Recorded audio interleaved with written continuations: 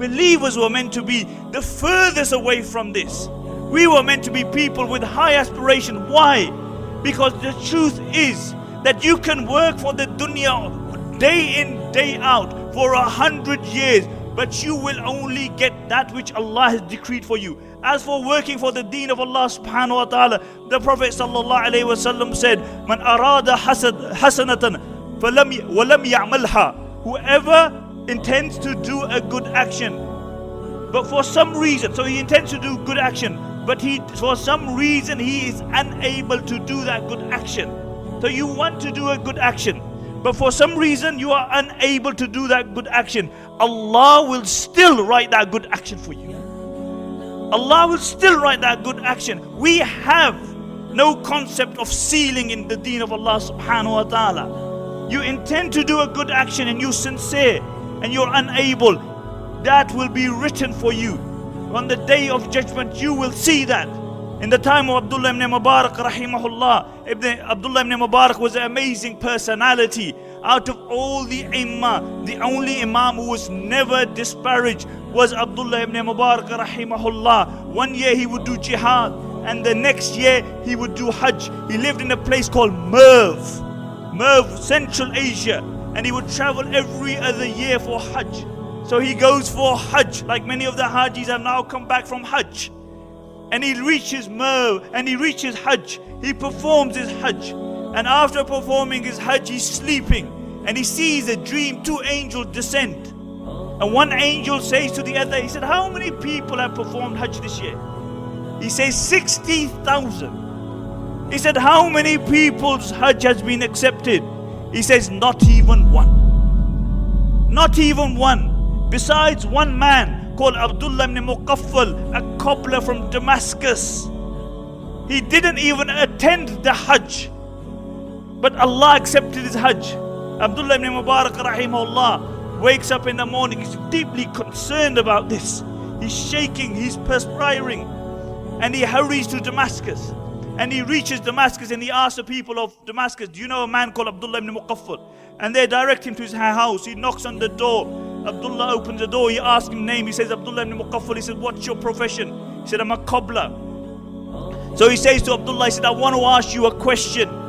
I saw a dream and I want to ask you about this dream. So he relates the dream to him.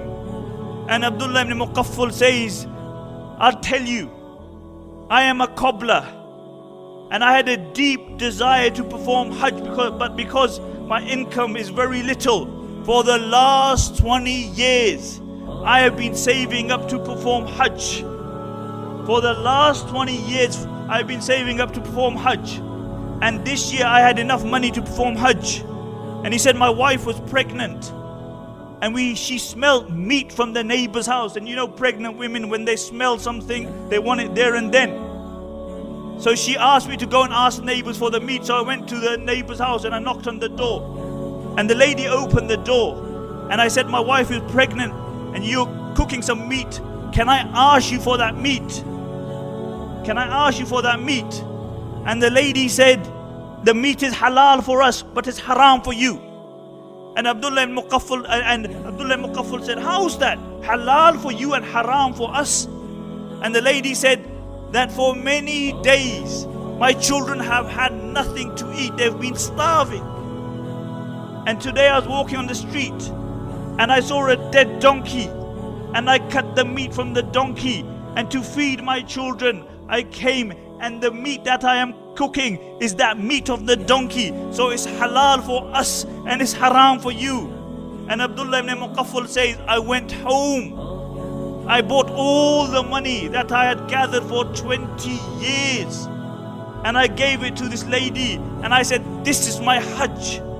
He didn't even perform hajj, but Allah gave him the reward for performing the hajj. Allah gave him the reward for performing the hajj. As a poet says, he says, Ya rahilina ila al-bayt al-atiq, Ya rahilina ila al-bayt al-atiq, sirtum jasuman wa sirna arwahan. Sirtum jasuman wa sirna arwahan. He said, oh, you have gone for hajj to the house of Allah. Sirtum jasuman wa sirna arwahan. You went with your bodies and we went with our souls and spirits.